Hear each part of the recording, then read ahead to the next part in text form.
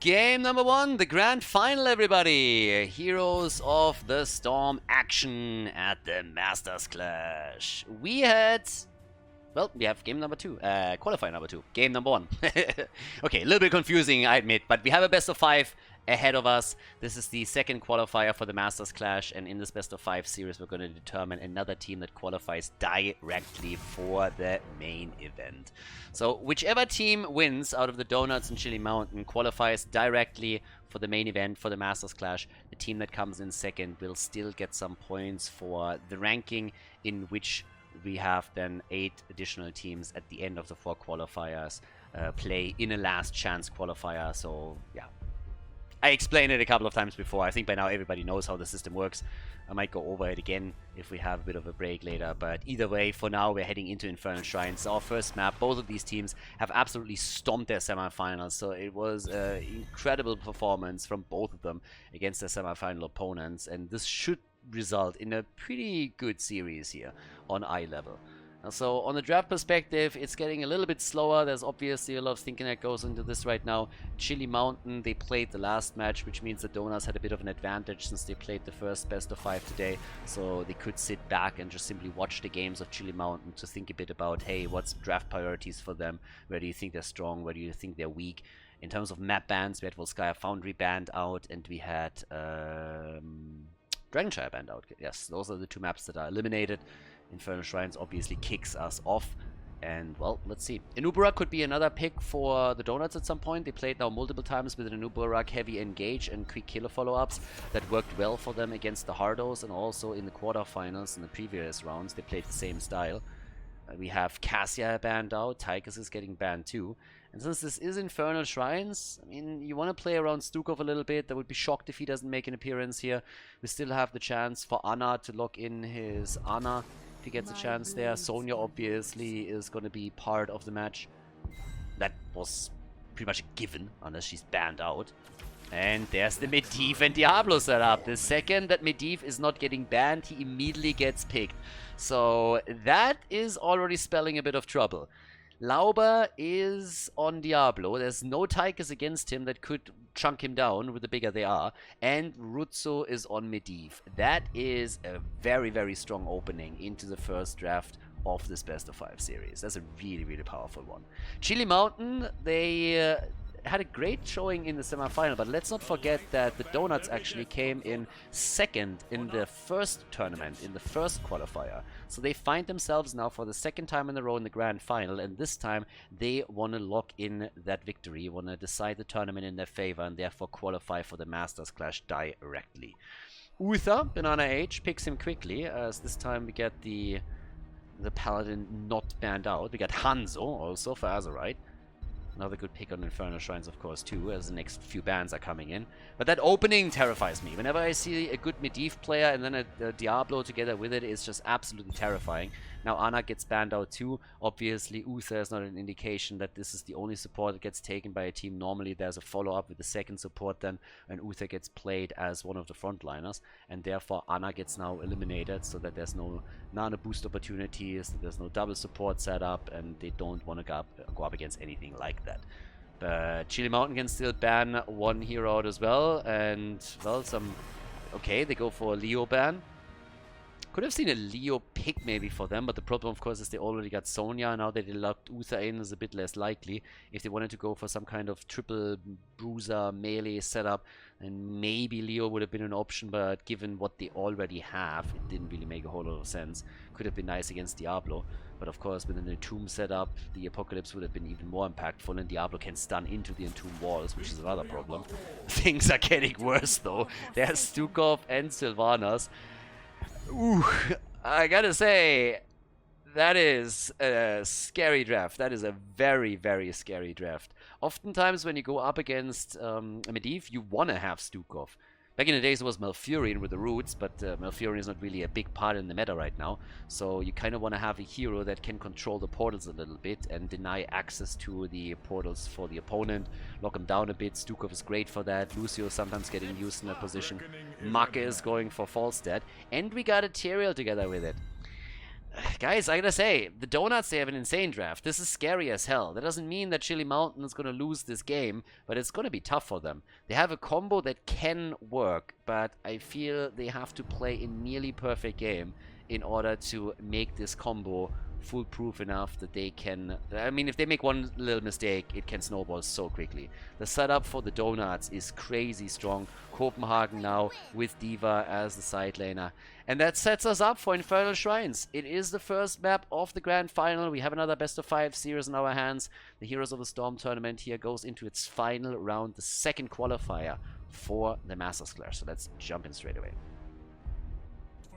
The Donuts against Chili Mountain. Infernal Shrines is the map. And, well, let's go. We got Rutsu and Medivh, Ixia on Stukov, Lauber on Diablo, Copenhagen on D.Va, and Skork on Sylvanas. On the right side of the map, we got Macke on Falstad, Banana H and Uther, Azerite on Hanzo, Backhult on Sonya, and Gia on Tyrell.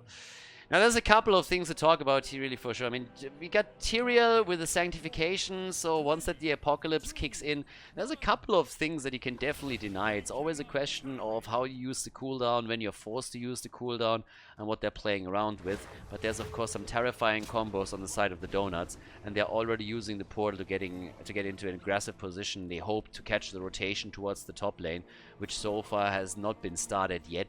Once that we're seeing Chili Mountain in the mid lane and the red team takes the position here, they should realize that some of the heroes are missing, and I would be very surprised if they would fall into that trap, because by now that particular player has been used so many times that it's very telegraphed. But Backhult, alright, gets attacked. He knew it was coming.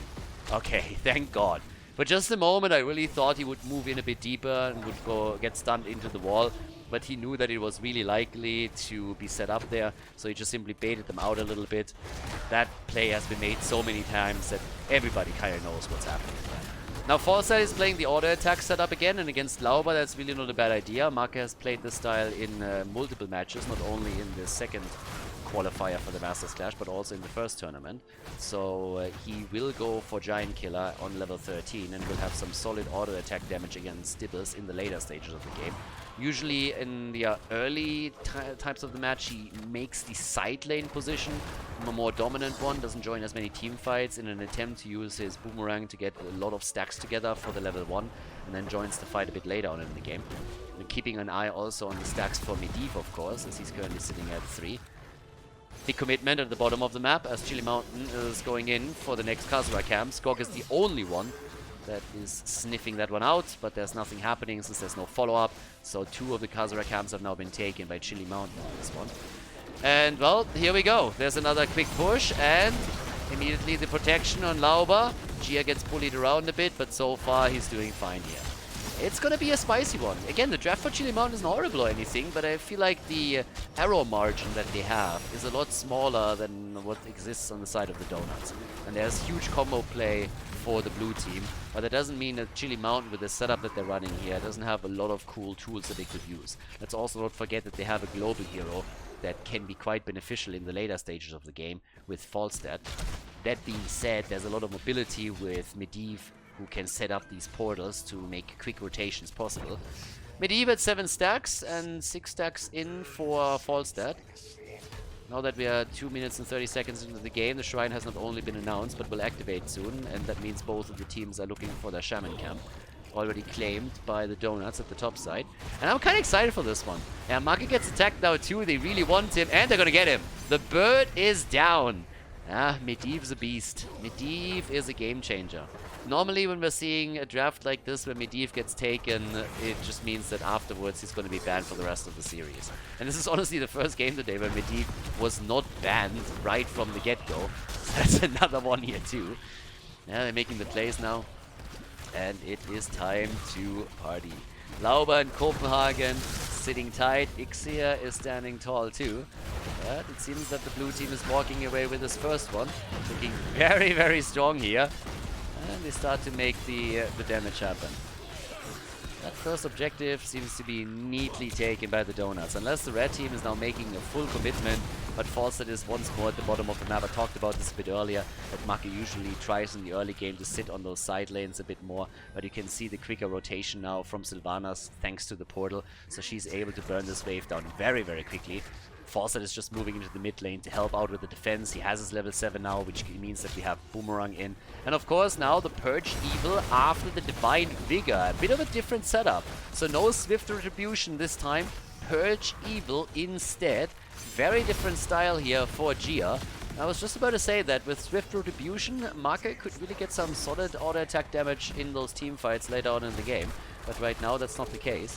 He's sitting at 10 stacks though, which isn't too bad. Medivh has 11 as well. And Rutsu needs to be cautious, of course, until he completes that quest. The rotation of Sonya and D.Va between the mid and the top lane is also still continuing. And even some of the other heroes are now helping out to ensure that not only the wall gets away unscathed, or mostly unscathed, but also that we are not ending up in a situation where they're losing out on lane experience, which you definitely can't afford in this game. 80 stacks for Diablo, so he's getting a bit more hit point heavy by now.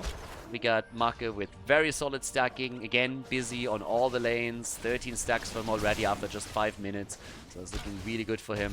Connect some of the auto attack damage. And up to this point we only saw the one kill against the birdie. It's all about camps now, about rotations, about minion experience that you want to take. As you can see here, minion XP gets claimed, a slight advantage for the donuts. But generally speaking, yeah, top side, that's what we got Copenhagen now doing his thing against Backhold. Everybody else is still making the rotation here. And now with Sylvanas, they're taking some structures in the top lane down. Using the quick rotation with Medivh to give themselves a small time advantage, and that results in a destroyed front wall. Both of the towers have been taken down. And if you continue to make plays like this, then eventually, of course, you're whittling down the outer ring of defenses quite easily and might be able to take down a fountain or two. Bottom wall has been destroyed. Mid wall has been destroyed now. They get the level 10. And there's the ley line into Apocalypse as expected. The combo is ready, and thanks to the level 10, they can now take the camp. And if they take it, Medivh just has to float up here and they can take the fountain down too. So they know about all of the vision here. Arrow is in, Divine Shield, Sanctification, they get the camp. Portal has already been set up. Oh my god, the arrow straight onto the portal. 4 of them get stunned, but so far it's without any consequence. Leyline into APOC, that is not the combo that you're looking for. Not like this, baby. And Lauber, yeah, he gets attacked. Sylvanas moves away. They're trying to make a play for Backhold, and he's incredibly low, but the spin to win is helping him out. Sanctification gets used, but it seems that nobody here is going to die. Instead, everybody moves out of the team fight without a single kill. But yeah, in case that you're wondering how not to do that combo, this is a little bit of an example. So first the arrow came out, but then you see the APOC, and that was just not the coordination that they were looking for. Nope, nope, nope, nope, nope. So that didn't really hit anything. It allowed them still to move away. But of course, in an ideal world with a bit more of a coordinated effort, you want to have the... I mean, the ley line come out first and then the APOC following up on it. Or simply the ley line held back in Diablo, only using the APOC to zone them out a little bit and force them to move away. So that didn't work out at all. There was a bit of a panic button move there anyways. But now we get another objective popping up topside, and with level 10 abilities for both teams, they're making the play right here. But a lot of these abilities are now on cooldown. So, yep, here comes the play once again for Sonya. Backhold gets away here. Stukov is, of course, incredibly powerful right now with all the zoning that he can provide for the team. Leyline is back to business. APOC is soon going to be ready too. Full completion on the baseline quest for Lauber, which means that he has that. Yeah, eats the stun, is fine, gets the shield out, the stun only connecting with 1. Hanzo was hoping for more, and Medivh is sitting at 23 stacks himself, so Rutsu is playing this very, very slow. He's gonna have quite a bit of time until he has the quest completed finally. They are on eye level on the objective. They're really fighting for every single minion right now, but there's the ley line, the Apocalypse, and the timing is off again. Once again, the timing is off. There's the portal as they're moving out once more. Rutsu is trying to get some stacks together, but that fight is just raging on right now. Hit after hit. Oh my god. Frozen Punisher, it gets finally taken by Chili Mountain. 23 stacks for Falstad. This is a game, everybody. This is really a game here. So they're exchanging Punishers, no kills. We're 8.5 minutes in and we have seen a single kill early on against the Falstad and that was it. But now with the Frozen Punisher at the top side, just raging through the lane, Chili Mountain is looking at the first fort. They want to destroy this one. And yep, they're gonna get it too. The explosion all the way back in the back and they go for Gia and that is a kill. Nicely played. Honestly, that was a really cool setup. I mean, check this one out. First of all, the explosion comes in, they make the engage with the portal, and Tyrael is trying to get away, and they're like, nope, not happening. So they easily take him down. Tyrael dies shortly after the explosion, but the top fort has still fallen. And let's not forget that Macke is continuing to stack in with level 13. He will get the giant killer, and that's going to be a problem for Diablo. Big arrow connecting on D.Va, and Copenhagen gets slammed into the ground. Smash plays from Berkhold. They're going to take this one down here. The camp has been stolen, but they're taking it down now, of course. Giant killer is in, and that will definitely increase the damage output that we're seeing from Falstad. So good job. They also have, in addition to it, by the way, the mounted archery now coming in. But yeah, it's a solid setup here. 30 stacks for Medivh. Damage output 17,000 for D.Va, 14,000 for Sylvanas. You got Hanzo, of course, with 26k. I mean, they got a lot of damage dealers here, but the main kills go to the Donuts right now. 2 kills to 1. So doing a little bit better. So just padding the stats here doesn't really help you as much as really coordinating these efforts. Lauber gets baited out a bit too hard, but Rutsu is there and can help him, of course. So they're engaging again with the portal. They're setting this up. Gust has to be used so that Mark and his boys can retreat here. And it shows again the danger of Medivh. Yeah, quest is also soon going to be completed for him. I mean, he's getting closer. He's sitting at 31 now. He's playing it very, very slow. But again, as long as you're cautious about it, that's also fine. 30 stacks for Macke. So the auto attack damage against Diablo as the game continues is going to become more severe as we speak. There's several layers of defense now for Chili Mountain, given that they have the Divine Shield and Sanctification. Wrath of the Berserker for Sonya. Another good lockdown. Careful. And Gia gets away. Yeah, these plays with the violent reaction. Always super impactful there. Skork is also playing it slow at the bottom of the map. Has gone into the Windrunner over here. So there's a lot of mobility now. As Diablo is starting to rotate towards Falstad, but Macke is already moving away from it. Very likely committing to the Afterburner on level 16 again for the repositioning during the team fight. And also, of course, the added escape potential that he has. 2 kills to 1. Skork easily taking the camp by himself. On the right side of the map, they're seeing the same thing happening. And the next objective spawns at the bottom of the map. So these camps are now super important, especially for the red team, since they have catapults pushing already at the top side. So technically, they have an opportunity to maybe even push for the keep wall. Now, more than that, it's like not going to fall, but you can see that Copenhagen is slowly starting to take all of this down, as the shrine gets not only announced, but is about to spawn. So we're likely going to see Chili Mountain take a position here. And they still need level 16. They don't have that yet.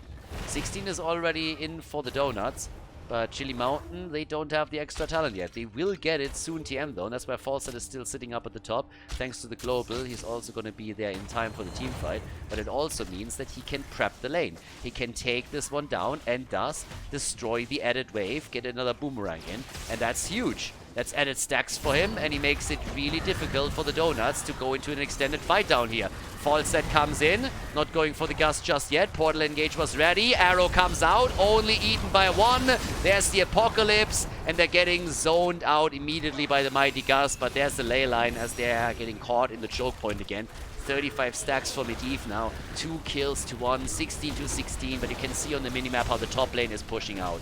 Divine Shield on Falstad as he gets caught by Stukov, gets pushed out of the team fight again. They go for Berkhold, and the Sanctification keeps him alive. D.Va with the explosion, trying to zone them away, and they go for Uther, but he survives. 38 stacks now for Medivh. He's so close to complete his quest. 39. One more and he's done. Sets another ley line up. And here comes the Punisher. Could even proc the stun. Uther. He barely makes it out. And Rutsu completes the quest on Medivh. But Sylvanas, she had to split from the team. She needs to go top lane. The wall is already opened up and someone needs to take it down. That's the job of Sylvanas as everybody else is pushing the bot lane. 38 stacks now for Falstad. And they are still doing great here. The Donuts with 2 kills to 1. They take the fort at the bot lane out. Sylvanas pushes the top. Medivh has the vision that he needs. They steal the camp away at the same time. And now Medivh can provide the vision up here. Oh, but yeah, well, there's a couple of hits coming through. Let's see if the entire thing gets taken down. Chances of that happening are pretty much 100% at this point. So yep, Fountain is eliminated. And they are now also half a level ahead. So they're looking great. They're looking great here. Domination is in for Diablo on the 16. They got the damage output now. They have Medivh ready with his own quest. But as always, Falstad is a bit of an X factor as the quest is now completed and his damage against Diablo in particular is going to rise. So, yeah, nicely done. I mean, Rutsu, again, with some insane setups already for the team. And he is just... Guy is honestly incredible. The games that he showed, especially previously today, were crazy. Absolutely crazy. But either way, we got Copenhagen at the top, sitting solo. Rutsu still checking everything out with Medivh, cheating in the bird form as usual and providing vision. Bottom of the map, they are fully aware that there's a rotation coming their way. But they're still pushing the lane out a little bit more. And now it's just all about buying some more time. It's one of those more tactical games where you don't have a lot of kills, but we've seen quite a few fights already. But both of the teams are retreating just in time. Look at the damage output, by the way. 45,000 for Hanzo. But as I said before, the damage doesn't mean anything if you can't connect for the kills. And we have Sylvanas on 27,000. We got 20 for Medivh, 25 for D.Va. But it's enough. They got the kills. They won some of the objectives. And generally speaking, they're doing great this game now. They are a bit ahead. They've done a little bit more damage. Each team has lost the fort now. Next objective is spawning at the top side again. And they're playing it very, very slow over here. So right now, we got Copenhagen all the way up the top, but commitment at the bottom of the map, as Chili Mountain is saying, you know what, guys? We need to get that bottom fort now. Yep, they make that rotation, they get some free damage in, but they don't get the entire thing. And Ixir was trying to lock them down again, but this time it didn't work. Do we get the APOC this time? The interrupt as the stun hits Lauber. Can't go for the APOC even if he wanted to. No chance for that to be set up. Good pressure from Chili Mountain, and the immediate reaction here from Hanzo to get the stun arrow out was worth quite a bit too. Either way, level 20 talents soon gonna be ready. Teams are already focusing onto the shaman camps again, as the next objective is gonna be announced soon. So there it is. And what do we have on the top left? Yeah, same thing. Falls out of 47 stacks. Nothing crazy. We're 16 minutes in. Make will still get the damage out against Diablo. I'm more interested in what he picks on his level 10. We've seen him with the Nexus Frenzy in one of the previous games in the semi-final. Is it going to be a wind tunnel, the more standard choice here, or will he try to go for the auto attack damage again?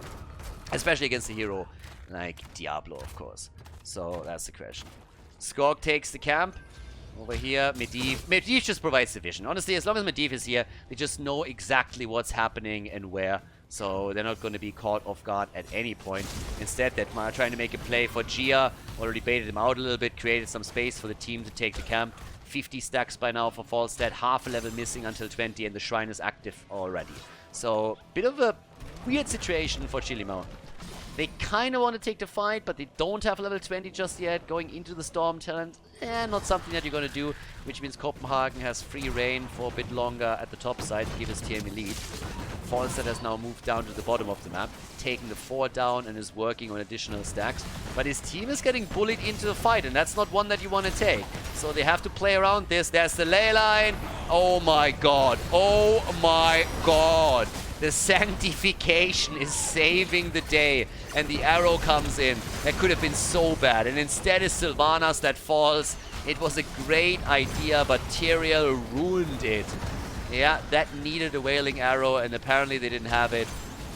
That could have been a disaster. If that combo hit with a Wailing Arrow, just making sure that there's no sanctification, it would have been a very different story. But now it's 20 versus 20. Falstad this time committing to the wind tunnel. We got the redemption in. Okay.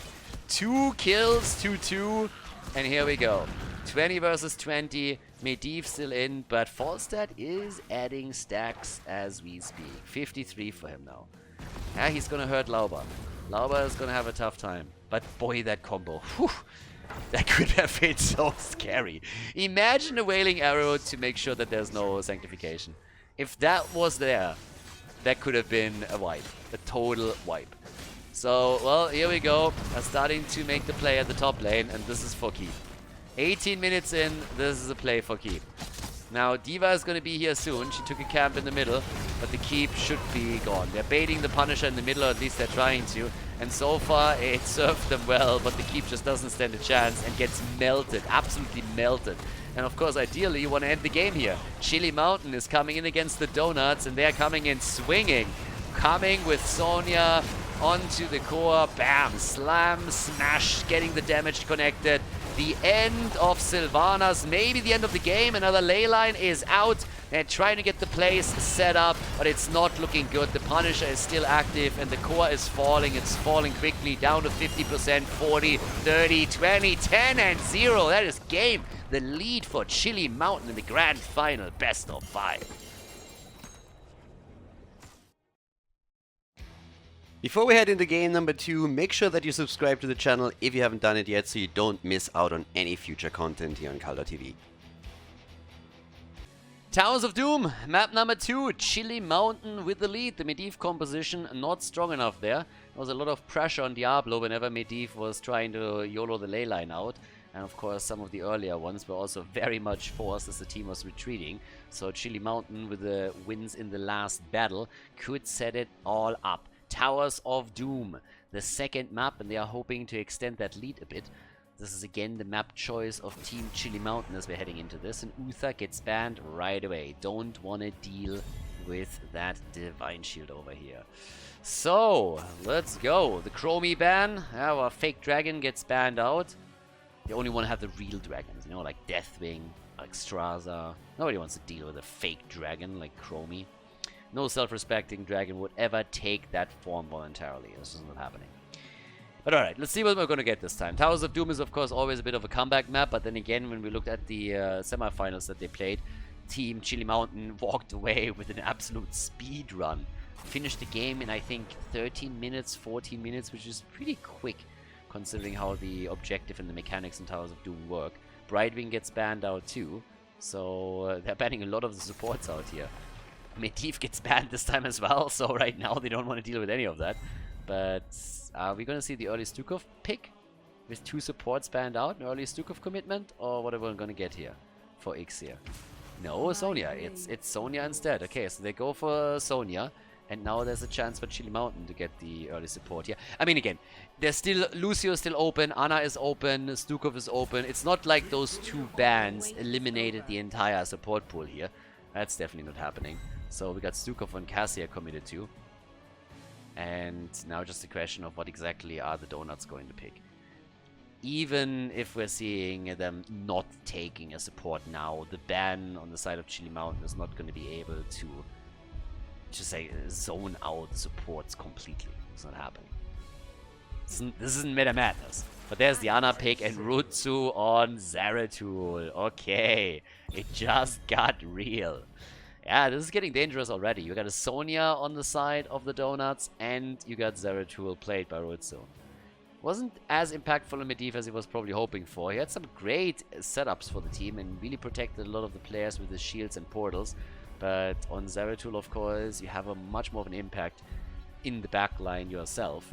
Whereas in that last fight where they were trying to set the big combo up, the Sanctification ruined all of the attempts. Now, in addition to that, we have Diablo banned out, so Lauber won't be able to use him anymore here. The last ban is coming through as the Donuts can also eliminate one of the picks. Could maybe focus on Make once again. And if I'm not mistaken, I mean, Make, I think they played Tychus the last time that they played on the map here. There's always false set around. There's a lot of globals that have been played lately by them. Johanna gets banned first. Hey, you want to also give Zeratul, of course, a little bit more room to play with, and the more CCs that you're denying to your opponent, the better. With Jojo, you have also Falling Sword against Ana, which is always a huge problem, or can be. There's Dehaka for the global, and we got Gia on Anubarak. So you get your Anubarak and Stukov setup, with Dehaka sitting at the ready for a quick tong to add more CC, has the isolation ready, and also the macro opportunities for the team. Chili Mountain with a good draft. They're already starting with a really solid draft here. They gotta make sure that they're controlling Zeratul though. But they already have a lot of tools that can do exactly that. Lauba is going for Mei, and this time we get Gul'dan. Alright. Gul'dan is back, everybody. Let's see what they can do with this. I'm a little bit terrified for Rutsu. I mean, again, Rutsu is a great player on Zeratul, and he has a lot of mobility on this, but you go up against Dehaka, against Nuburak, against Stukov, and even Cassia is blind. So there's a lot of tools that are at the ready on Chili Mountain's side to try and lock him down whenever they get an opportunity. So Zeratul needs to be careful how he engages into these fights. But the last pick, Make, what are we getting from him? Genji! Okay. Genji is getting played now too. This is going to be a fun one. Towers of Doom, Game 2 in the grand final of our second qualifier for the Masters Clash. There's going to be some spicy Heroes of the Storm here. So, that's going to be a good tournament final. Let's jump in, everybody. Game number 2 in the best of 5 series. It's Towers of Doom. Let's go! The Donuts against Chili Mountain. Game number 2, Towers of Doom, everybody. And the blue team, they're trying to bring this back with some aggression around Rutsu's Zeratul, Lauba on Mei, we got Skog on Gul'dan, Ixia on Anna, and Copenhagen on Sonya. On the right side of the map, Gia's playing Nuburak for Chili Mountain in the second game of the series. We got Banana H on his alternate account playing Stukov, Berghult on Dehaka, Azerite on Cassia, and Make is playing Genji. Okay, it was a good start for Chili Mountain. I gotta say that I'm pretty impressed too. That was not an easy composition for them to execute. And they did it really well in all of these fights, and they walked away with the lead in this best of 5 series. We got the stacks again on level 1 for Cassia. We also have the low blow for Stukov. The enhanced agility comes in for Dehaka. And, as you can already tell, Rutsu is mixing the build up a little bit. So he's not going into the normal full-on auto-attack style build with then on level 10 the Might of the Nerazim. Very likely he's still going to commit to that talent. Usually when you have this particular hybrid, you see a cleave talent on level 1 and on level 16, but no more moves on level 4 on the other talent. So it's a little bit of a hybrid setup for him. And that's what we can probably expect here. Allows you to focus more on the wave clear too, which is of course highly important on Towers of Doom if you're trying to control the macro of the map. But we'll see how much of an impact he can have here. I talked a bit about the problems that he's going to experience in this game during the draft. And, well, we'll see how this is going to work for them in game number 2 now. Because obviously they want to bring this back. But Chili Mountain, they seem to be on a bit of a run today. Call them butter because they're on a roll. Currently we have them with just solid stacking, camps are taken, nothing crazy. It's always the early pumpkin commitments that you want to make. There's still the one at the top lane that both of the teams could make a play for. So far we haven't really seen anything yet. Genji and Zeratul in the middle, and 2 melee assassins going up against each other. But yeah, it's just like the early skirmishes between the teams before the first triple altar phase is popping up.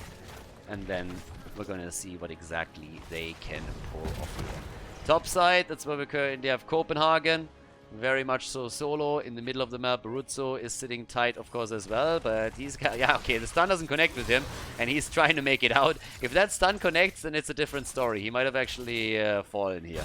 Now at the top, Berghult is already sitting tight as well. And at the bottom of the map, of course, this 3 versus 3 is still continuing.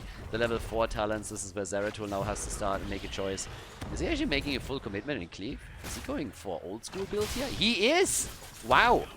Rutsu, look at that. Yeah, adjusting a bit. I talked about how it's going to be tricky for him to make those plays against especially Stukov, Nuburak, and Dehaka, and he's instead focusing on a build that allows him to just like dive into the team fight, get a cleave out and move away, not into the normal style that we've now seen for 1.5 years here. I'm a bit curious to see what he's going to pick on level 10, to be honest. But yeah, that's a little bit out of the norm what we have in Europe for builds. Not really the style that he played the last a couple of times where he played Zeratul. There he went into the normal build, but right now adjustments are being made for this one. So, well, let's have a bit of a look here. Channel is already taken at the top left. Same is happening at the top right as Genji is channeling one out. And down here, it's the play for the third one that we, of course, have to watch out for. 16 stacks for Azerite's Cassia isn't really too bad either.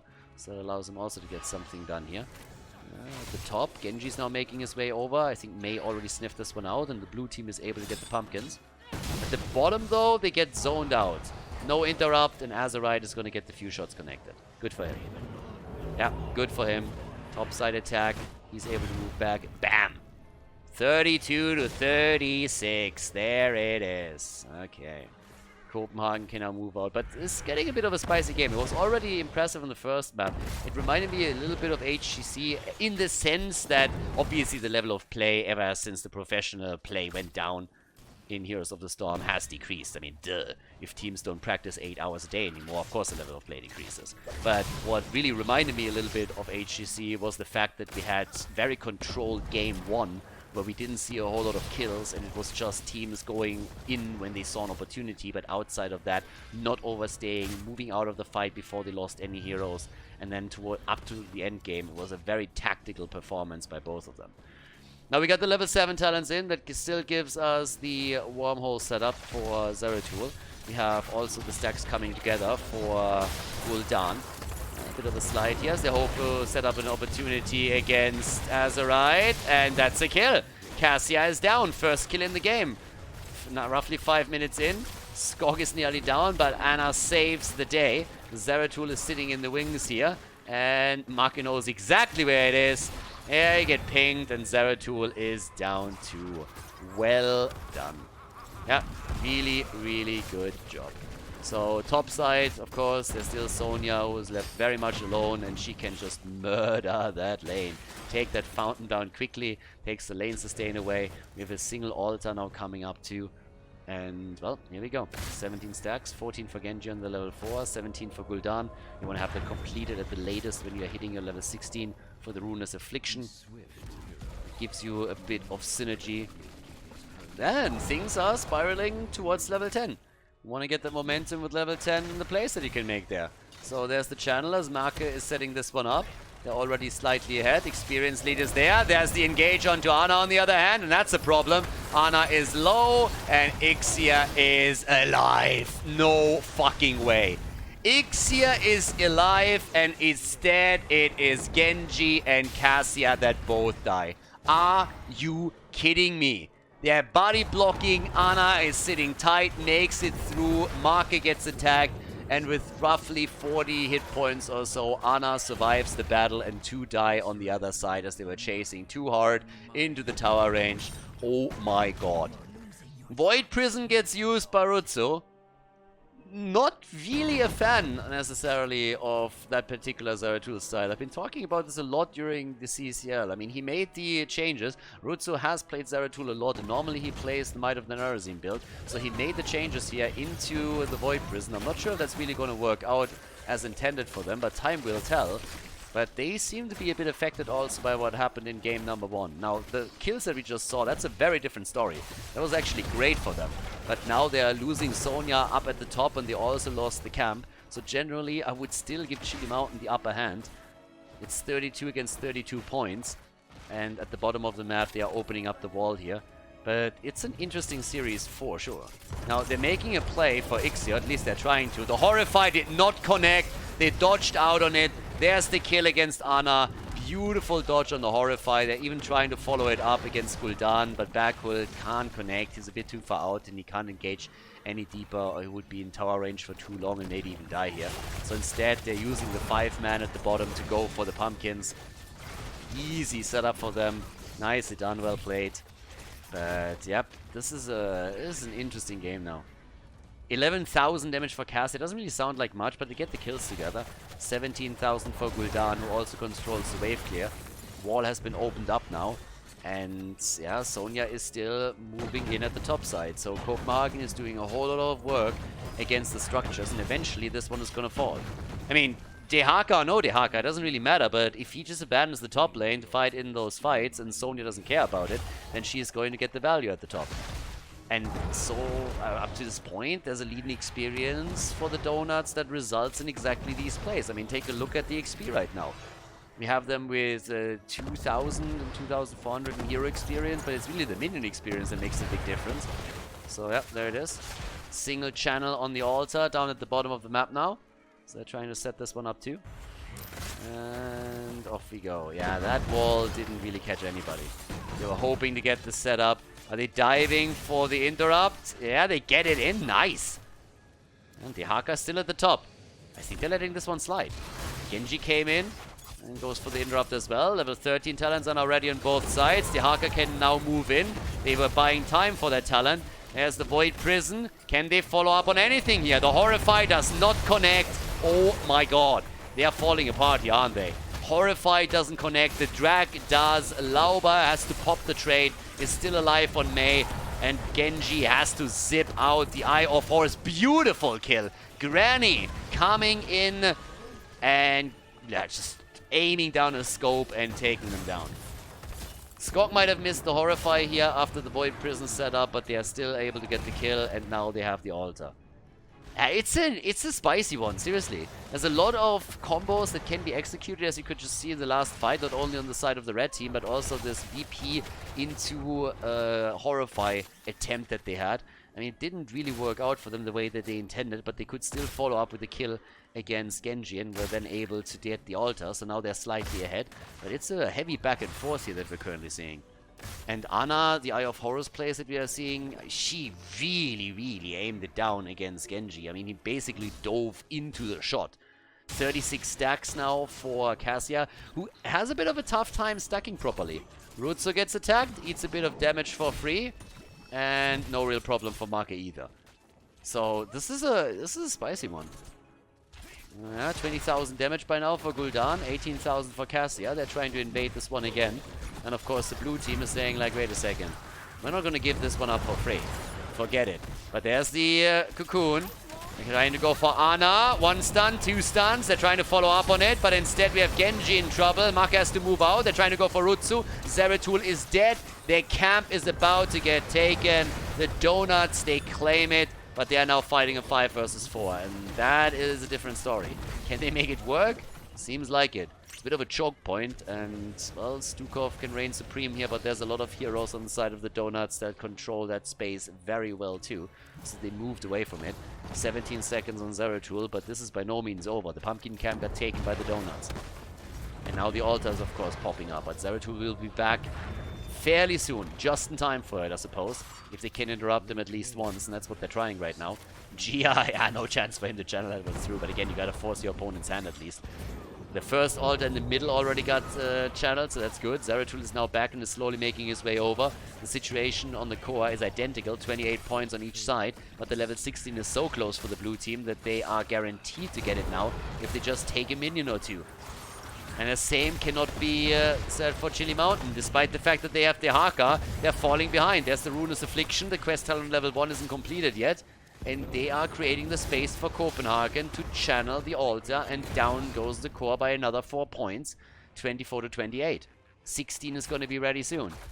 But holy hell, this game. Elongated Tongue is in. And he goes for debilitation? What? What is this? Is Caterpillar subbing in or what's happening here? Caterpillar is the only player that tried debilitation a little bit, and then he realized very quickly that the talent is still garbage, despite the changes that Blizzard put in. No epicenter for Gia? I mean, I am not a fan of this one. I mean, if it connects, fair enough, but let's see if he gets the value out of this. Debilitation, they tried to buff it. Blizzard tried to buff it, and everybody moved away from it. Now, obviously, Spell Tower Reduction is kind of nice, and you have the Impale too, so obviously you're going for Gul'dan for Ana here. But still, getting those stuns and really killing the targets with an Epicenter set up is usually the better choice.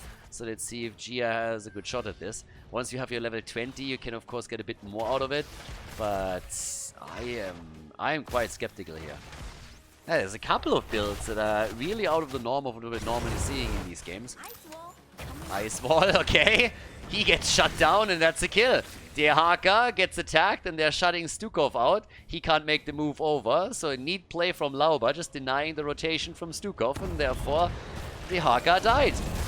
Over here, there's the setup as they're trying to make a play for Gul'dan. And yeah, they got enough over here, especially after Ana gets cocooned. Gul'dan just doesn't stand a chance. That's a 3 versus 1. He can't win that. That's a good shove too. They're trying to make a play for Stukov now. Copenhagen is moving in as well. They are low. They're really low. Lauber wants to kill. They're on the wrong side of the map. They are on the wrong side of this, but Ana is down. It's a 3 versus 4 now, and they can slowly start to take them down here. Chia, careful. Channel has been taken. Triple altar phase, and Zeratul is getting the altars. While they are fighting, Zeratul is getting the channels. Yeah, they're trying to make the play for Lauber. He dies as well, but Zeratul, he takes the top, and Dehaka. Oh! Yeah, he tried. 14 to 28 points, but now the red team has a lot of momentum, of course, because of those kills. It's a weird game. Zeratul not committing to the battle, instead taking the top left, top right altar. It helped them. It's 10 shots that they were able to connect. Now they're, of course, taking the bottom bell tower. Top lane has to be retaken at some point. Inubra goes for the channel. That's 4 points for them. But this game is now all of a sudden all over the place. I mean, this is a bit of a funny one. There's some interesting things happening over here. 36 stacks now for Cassia, and I don't really know. I mean, it's 24 points to 14, but the lead in experience still goes over to Chili Mountain because of the added kills that they got. It's 5 kills to 7, and their kills came in very late in the game. And that, of course, is a bit of an XP increase that they got thanks to that. They're still trying to hold on to the bot lane so that they can escort some of the pumpkins through. But, yeah, I don't know. That's a wild one. That's really a wild one. 58 stacks for Cassia. We got 56 stacks on the level 4 for Genji and the Shurikens. But the level 20 is close. Yeah, and Dehaka is holding the top lane against Sonya now. Down here, they're still trying to bring this one back. 62 stacks, 63. Azerite is starting to get much better on this. The rewind for Nuburak. I mean, to be fair, rewind gives him now more value out of the debilitation. Still don't think it's better than Epicenter, but hey, if he gets good hits in the choke point, then maybe. But outside of that, I don't see it really happening.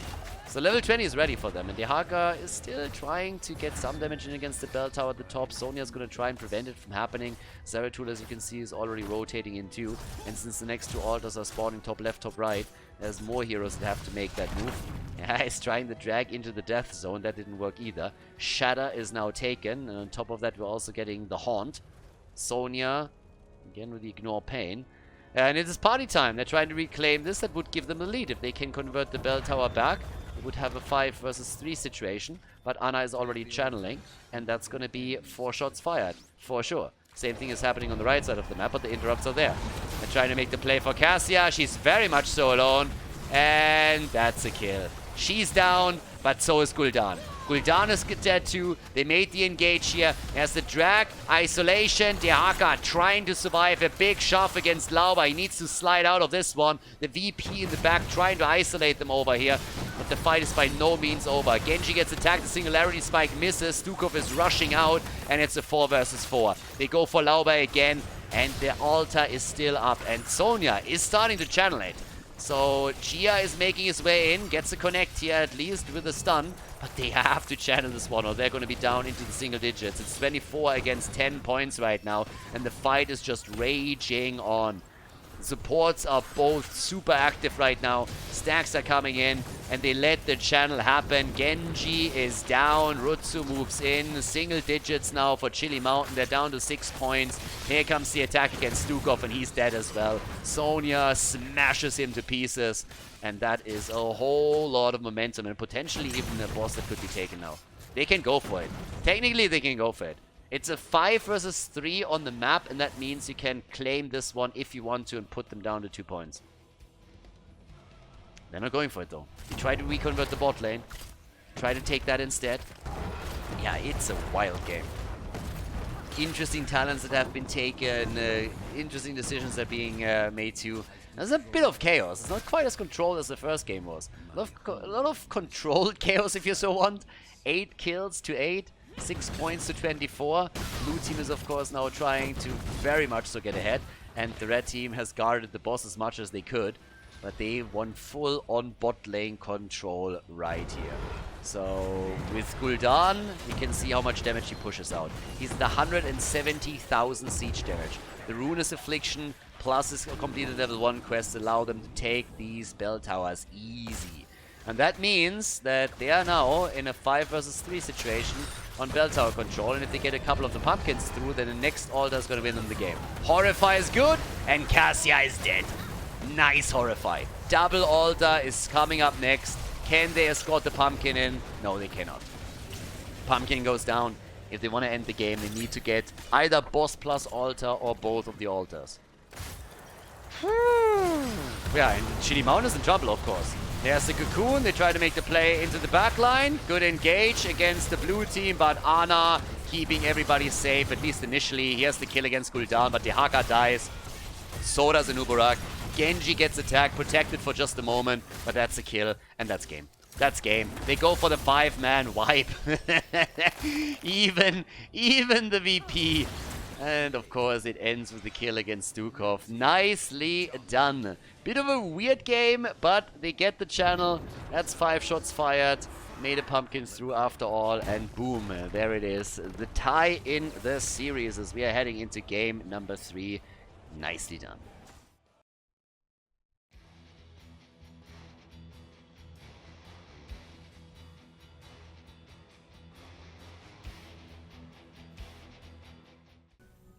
Game number 3, let's go. We got Tomb of the Spider Queen, everybody, and the series is tied, which is already awesome because it means that we have at least 4 maps. After the semifinals, I was a little bit scared that we might see, not a stomp, but a 3-0 result. I mean, again, some people would look at this and they're saying like, hey, as soon as it is a 3-0, it's a stomp. That's not technically true, at least in the way that I look at it. You can still have a 3-0 with really intense games, just don't feel like one team had the upper hand the entire time, but was a little bit better closing things out. But either way, that's not a problem that we're facing this time, so they are really fighting for this one. Last game was a little bit weird. There were a couple of talent choices on both sides that were a bit strange, at least for the European region. If I would have seen something like that on NA, I wouldn't have been that surprised. There has been more experimentation in some of this stuff, but in Europe a lot of the builds, once that they get established, are fairly safe until someone comes in with a bit of a new idea and tries that out. But normally when you're looking at the later stages of the tournament, especially at the grand final, people are usually sticking to a particular style. It was more understandable that Zeratul made a couple of adjustments considering the draft. I mean, even in the beginning, when the draft was forming up in front of us, I talked a bit about the problems that he's going to have against the combo. But we'll see. We got Medivh out again, and honestly, I'm surprised that Medivh is making it into the draft for the 2nd time now, considering that in all the previous games he was just a constant ban. Now, Uther, Jojo, Sonya, and Chromie are all eliminated, but Macke on Medivh in this 3rd game, so we'll see what he can pull off with that. Macke is a really good Medivh too, and maybe Rutzo thought that they have another chance to play a Medivh composition. Mei gets taken, and so does Cassia, so they're getting both. Okay. But I'm a bit curious. Medivh on Tomb. There's some dangerous rotations, especially the bot lane has to be so careful if you're going up against the Medivh. That portal can come out of nowhere, and all of a sudden you're just welcomed by a couple of new friends that you made, and you get gagged up on and you just die. So not really the most pleasant experience there. Diablo and Ana, okay. Banana on Ana. Once again, Bananas Ana is going to be a bit bananas in this game. Alright, alright. Leyline into APOC. It didn't really work all that well for the Donuts. They had huge problems, and honestly a lot of those in the game on Infernal Shrines were forced. So, of course, when your opponent is setting up a combo as trying to, you're not giving them the space. You're trying to continuously put pressure on them so that whenever they execute the first step of a combo, they have problem following up with the second one. But right now, let's see if maybe Chili Mountain can play this out a bit better and then take the lead in this best of 5. Yeah, 2 more maps. One of the teams. Whoever wins 2 more maps has it. There's a ban on Ophia. Coffin Girl is out again. Yeah, Diablo and Medivh is obviously a fantastic setup for any kind of mage that can follow up on this. So there's that. And off we go. There's the quick setup with Rexa banned out. The man with the mask. You definitely know what his sexual preferences are whenever you see that portrait. Warum hier liegt ja eigentlich Stroh in der Ecke? Und warum hat der Typ eine Maske auf? Questions that we can't answer today. But anyways, so let's see what the Donuts are gonna do. What are we gonna get from them? We have still no hero for Rutzo. We haven't seen a commitment towards the support yet. Leo comes in and White Mane. We already had a White Mane game by him in the semi-final, and he was pretty solid on her. I mean, seriously, he denied so many kills. It was scary shit. But it's time for Maka and his boys to round the draft out. They need the damage. They need the damage and they need the side lane. So, what are we going to get from them? Ophia was banned out. What else are they getting? And also, what is the side laner going to play? Right now, we get Gul'dan. Even more Horrify. Wave clear. Good for them. Malthael gets picked too. Off we go. Nice. Awesome. That's a good setup, honestly. That's a really scary setup too. Especially if Gul'dan is able to hit the Horrifiers that he needs there. But let's see. Rutzo. Last pick for our third game. And he's hesitating. Falstad, the birdie! Show him the birdie, baby.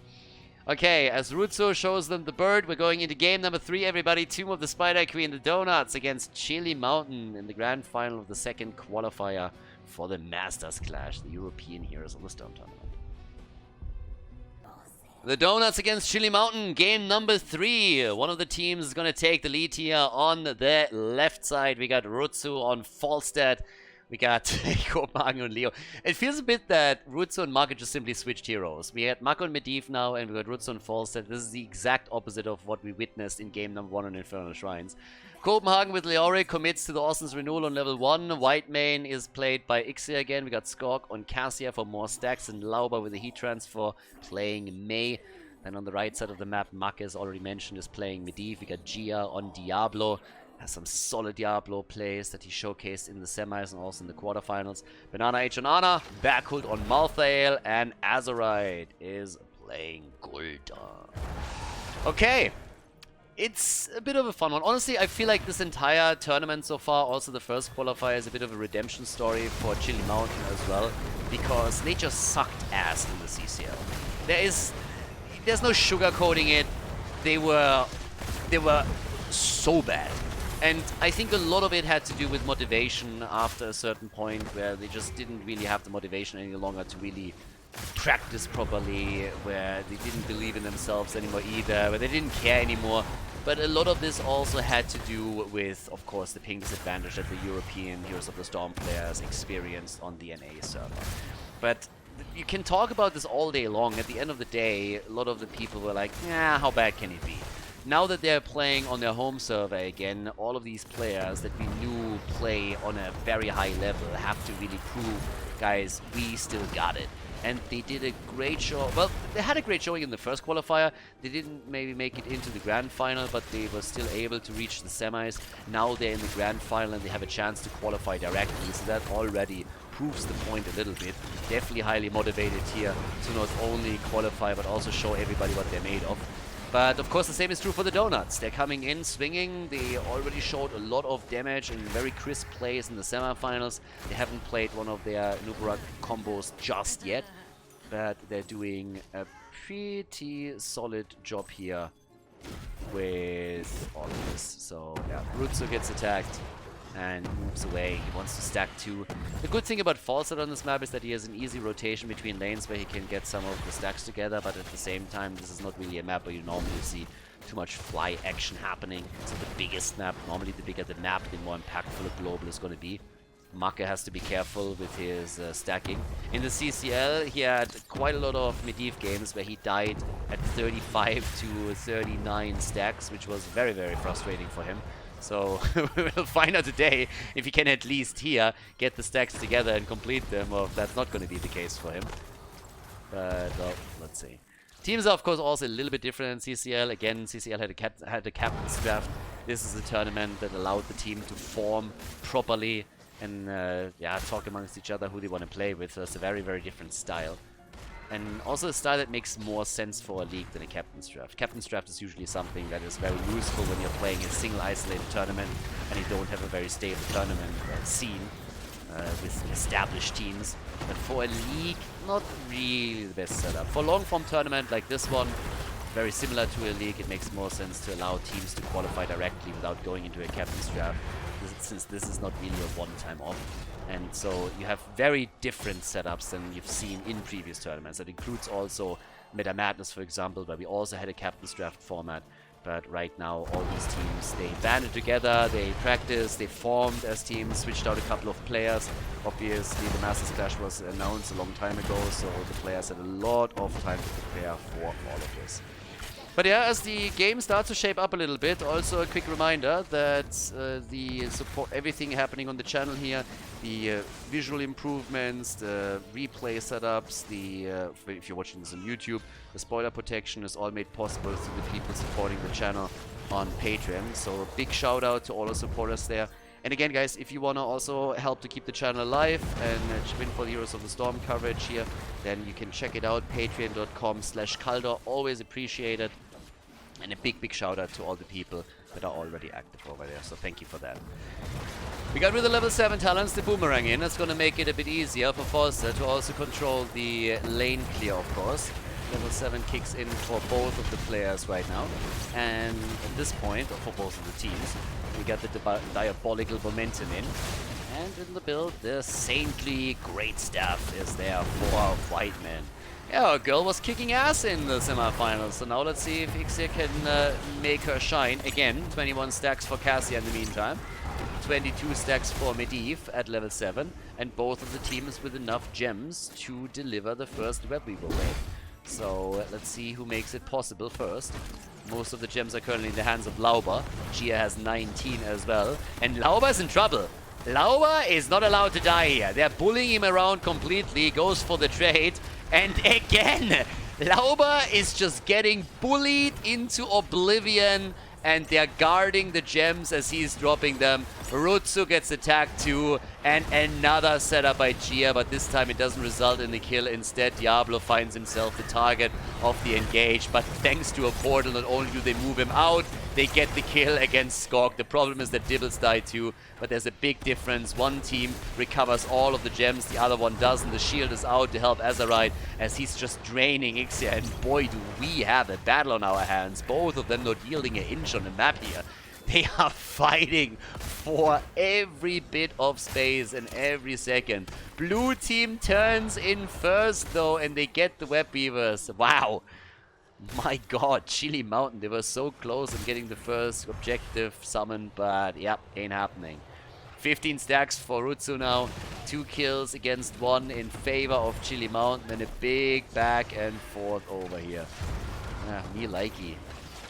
Here come the web weavers, and Medivh is now at 28 stacks, so he needs to really be careful. I'm pretty sure that Marcus still remembers the feeling when he died at 35 to 37 stacks, so yeah, he is going to play this very safe, or at least I would assume so. A big dive down to the bottom of the map as they're trying to make a play for Berghult, but so far at least Malthel is fine. The problem is he's very much alone on that lane and has to move back. The level 10 is also ready for the donuts, and that makes this even more dangerous. A good wall to slow them down, but of course they were already behind the gate, so there's no real problem there. They're making the engage happen again. They want to go for Skog, even without the level 10. If that kicked in time, might have even been able to secure the kill. Fort at the bot lane has been destroyed, and here comes the APOC, the Horrify, the Nano Boost, and the ley line. Got their ley line set up now, but they took some damage here. 30 stacks for Medivh. Azerite has 26 gems. They hold a lot now. I definitely have a slight gem advantage, but that's only true as long as they turn them in. At the bottom of the map now that we also got the last rights committed to by Malthel. Oh, they're going for the play in the middle. Skog gets attacked. Last rights was used, but he didn't get the stack. The kill came in a bit too late. Medivh is low. Leyline, APOC, not working the way they intended. They try to follow up with the Horrify, but they just don't get the connects. They're moving Diablo out of the fight once more, and everybody is on the run here. Maka in particular is just trying to get out of dodge. Goes over to the fountain and connects it quickly here, but oof, yeah, we have a spicy one. And the donuts, they're starting to connect us a bit more. Maka, dude, you're playing with fire over here. He wants those stacks, and he gets quite a few connected too, so not too bad for him. The Doors don't have enough gems for another Web Weaver wave. Chili Mountain has plenty. But they can't connect them right now. 27,000 damage for Gul'dan. 19,000 on the other side for Cassia. And Backhold and the boys are getting the Bruiser Camp as the same thing is happening on the left. Sleep Dart against Lauber, and uh-oh, someone might be in trouble here. Sets the wall up, has to commit to the ult. It's not over yet, and he has the last rights. He has the last rights and is not using it. They get the kill against Lauber, and he still has last rights up to use it in the ensuing fight. Mighty Gust has been used. And there's no opportunity for Malthael to follow up with another kill. But those sleep darts that we're seeing here, oh my god! Ana with the perfect setup for it. So good. And here it is, Red Beavers. They're coming down for the team in red. Chili Mountain has a chance now to take some structures down too. 38 stacks for Medivh. Our boy needs 2, and then he's looking good. Azerite, he gets of course some support from Maka, but he still has to be careful. With 34 gems in your hands, you really need to play this one close to home, or you are going to be the one that everybody blames for potential loss here. If you lose those gems, that's a disaster. But again, he still has Ana around, and also there's Medivh. Another good sleep dart, but this time no follow-up for a potential kill. They're pressuring the top lane now. Malthael is still in the middle, and they have a lead in experience that translates into a talent advantage now. They're doing work. Quest is completed for Maka, 9 minutes and 30 seconds in. Good for him. So they take at least some of the fountains down. There's a big push in the middle of the map since the Web Weaver push is enhanced by the... Oh! There's a potential kill! The birdie! No! Once again, the APOC doesn't connect. The birdie did not go down. Azerite, he got the nano boost. They're rotating into the middle. There's not only the siege camp, or the bruiser camp, but in addition to that, we also have the Web Weavers. They gassed as they're trying to force the fight on their... Well, first of all, the fort is down. But so is Diablo. He didn't have the souls together. Oh, Backhold. 32. Rutsu. Does he fly in? There's no fort. There it is. The kill against him. Malthael is down. Gul'dan, Medivh, Ana. 5-man team wipe, baby. They get crushed. Absolutely crushed. They lost all their gems just now. They had a second turn-in. They had the second turn-in in their hands, and they lost everything. Every gem is gone. And there's another turn-in opportunity for the Donuts now. Fantastic fight for the Donuts. Wow. Absolutely crazy. That was brilliant by them. They just denied pretty much a chance. Not really the chance of a comeback, but they really made it so much harder. Every single gem went down the drain. An entire turn-in. And now they have their own turn-in. More than a level lead. And they are going to get a level 16 with this. Plus Siege Giants at the bottom of the map. This is a disaster for Chili Mountain. The Donuts, they came in second at qualifier number 1. They won a qualifier here today. Rutsu's just chilling on the bird. And boy, is that a lead for them. That is looking great. Now they just have to play a disciplined game. At this point, the Donuts are so far ahead, it's going to be very difficult for Chili Mountain to bring this back. Not impossible, but difficult. And if the Donuts don't make big mistakes now and play a disciplined game, they're going to make it incredibly tricky for Chili Mountain to find a foothold in this game anymore. Top fort is going to fall. The one in the middle is down.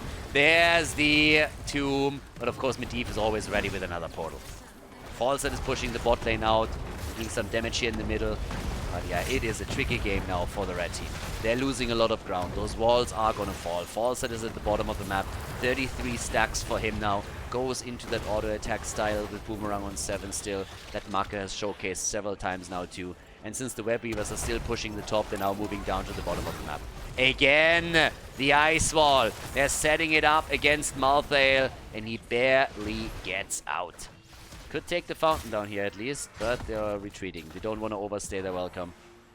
Don't want to give it an opportunity to bring this one back.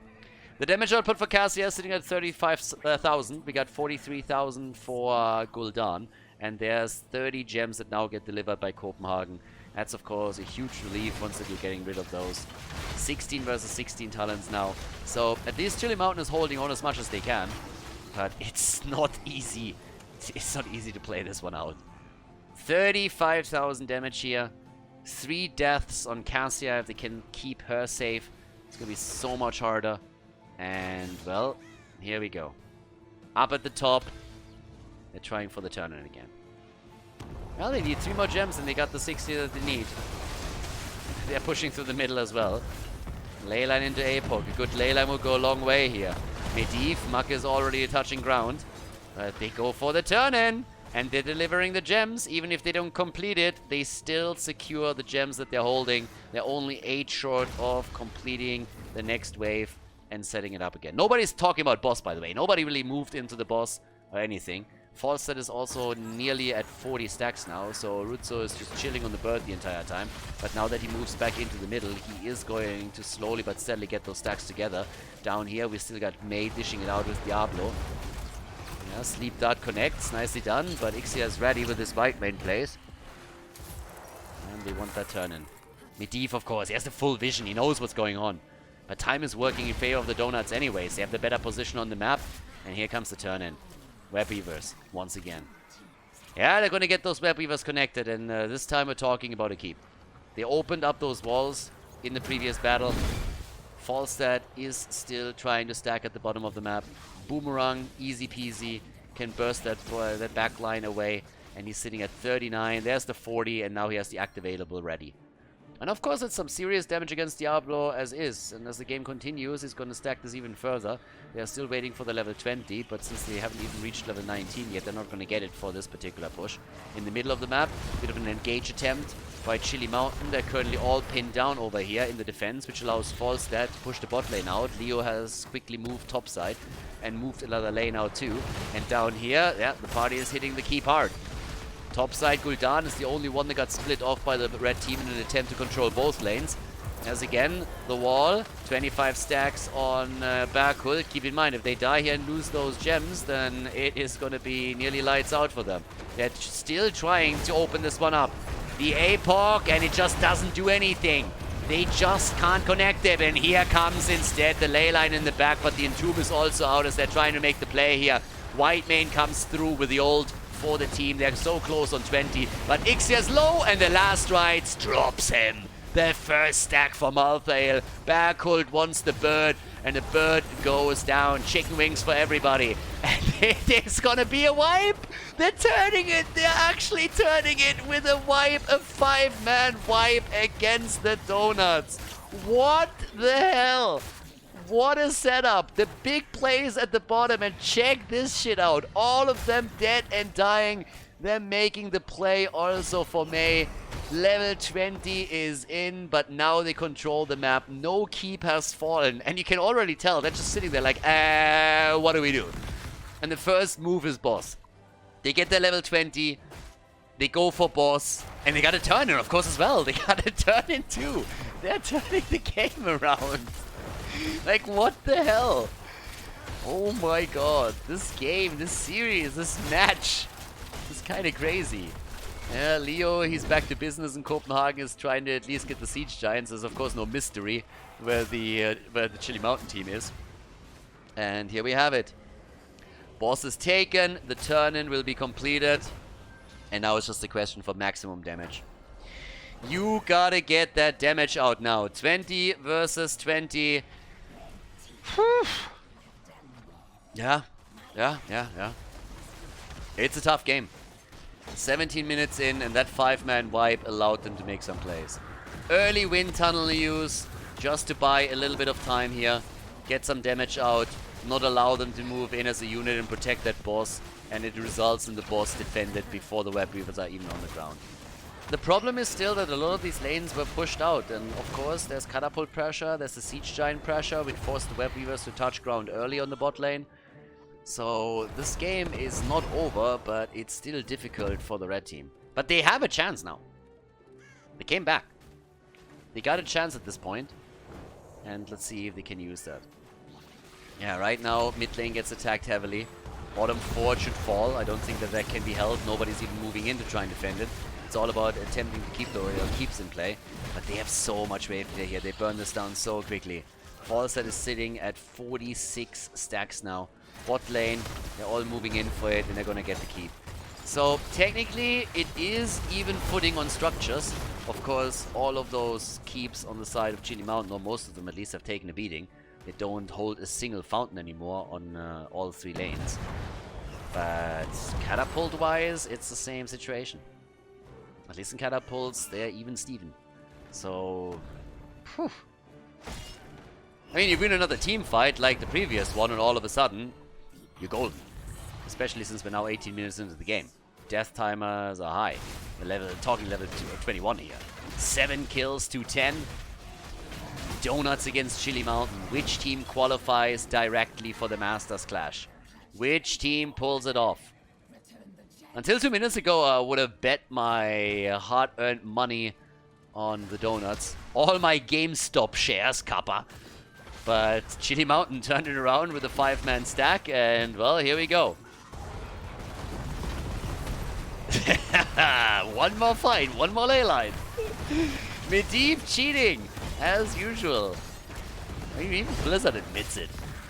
Here we go. Wall stun into wall stun. Let's go. It's party time, baby. Lauba lost half of his HP already. And they're all looking for the angle here. Let's go. No, not yet. Lauba gets attacked. They're forcing them back. They're really playing a lot more hesitant right now. They're a bit scared. I would be too. 57,000 damage for Gul'dan. 53,000 for Cassia. Girls stacking, of course, too. It's honestly, it's really the stacks in the late game that are making a difference as well. I mean, both of their damage dealers have some serious output now. Falstad against Diablo, if he connects the auto attacks with the 52 stacks, this is starting to hurt. 79 for Cassia isn't crazy either, but it's getting better, of course. Falstad is flying in. The kill against Lauba. Lauba is down. Uh-oh, this is a problem. Chili Mountain, the Horrify, and the bird is dead. Guys, I cannot believe it. Ixia is on the run. Gia is saying hello, and the Lord of Terror connects what he needs to. Another kill. Leo is the only survivor, and they can go for core now. They can go and end the game. It is unfucking-believable. They actually make it happen. It's like, I cannot believe what's happening here. They looked like they would get crushed. They were so far behind, and they made it happen. The first team wipe allowed them to bring it back, and now they're looking at a core push. Leo is the only one that's back here. It's 10 seconds until May is back to business. They're going for the core. They need to connect the damage now. They're all dodging out on this one. The Entomb is out. They try to get the kill and they drop Leo. The core is losing HP. Falstad will be back in 5 seconds with the wind tunnel, but I don't think it matters anymore. May at least catches 2 of them with the ice wall, but the core is on a 50. Wind tunnel is back. Can they save this? No way. Nah, 20. There it is. They're going for it. Diablo is down, but the rest of the team connect the damage, and Chili Mountain takes the lead in the best of 5. What a comeback.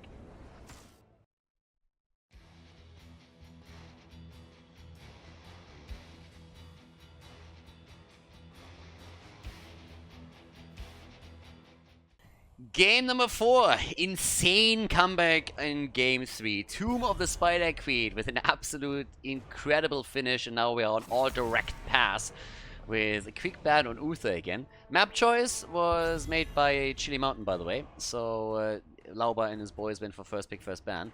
But here we go. It could be the last map of this grand final if Chili Mountain is able to lock in another victory and therefore qualify directly for the Masters Clash. The Donuts, of course, they don't want to come in second for the second time in a row in the second tournament that they're playing here. I mean, it gives them fantastic points for the last chance qualifier ranking, so they would definitely have a spot in that one. But you want to qualify directly, and so far that hasn't happened here. We got the ban on Medivh, so they don't want to allow Rutzo to play Medivh on this map. Uther gets banned, and, well, let's see if we get some globals again, because given the way that Maka has been playing Falstad the entire time, and now Rutzo has locked him in on the last map too, I definitely think that we have a chance of getting Falstad again. And Brightwing also gets banned. That's obviously another one of those global heroes that you want to get rid of. That leaves us pretty much with Dehaka and Falstad. Both of them could be addressed in this draft in one way or another. Cassia still open here. We got her as a potential ban, of course. What else do we want to ban out? Lucio! Heavy focus on supports now. Brightwing because of the global, Lucio because he can speed everybody up. So it's all about mobility on the map now. And that leaves us, again, with the globals that I just mentioned. Cassia, of course, up as a normal damage dealer. But when it comes to playmaking potentially in the sense that you're controlling lanes and you're getting wave clear connected, then those two will play a role. But Chromie, for once, also not banned out, so Skog locks her in, and here immediately Azerite with Zeratul and Backhold with Sonya, not hesitating for even a second. Insta-lock. Straight putting the pressure of the draft back to the Donuts. Okay. Yeah. It honestly feels that Chili Mountain is very set in the ways that they are playing this, and I kind of like it. They show a lot of confidence in the actions that we've seen today. Not only in the semifinal, but then also the draft process that they've thrown out here. Hogger and Diablo. Okay. Lauber and Dibbles again. Good to see the Tigers pick, of course. And, well, let's go for it. What gets banned out over here? I'm still a little bit skeptical on the on what's happening with the bird. The Zeratul pick has thrown a little bit of a wrench into those plays. You normally don't. Oh my god, they're really locking down the supports, aren't they? What does that leave us with? I mean, Whitemane has been played a couple of times already by Ixia. We still have Rhaegar up if you want to go for camps and stuff. But of course, Anna is also available and could be taken by Banana. They have the next two picks, so that's an option for them. Other supports that we've seen recently. What else is actually available here? That makes sense, of course. The bird gets banned, okay. So there's that.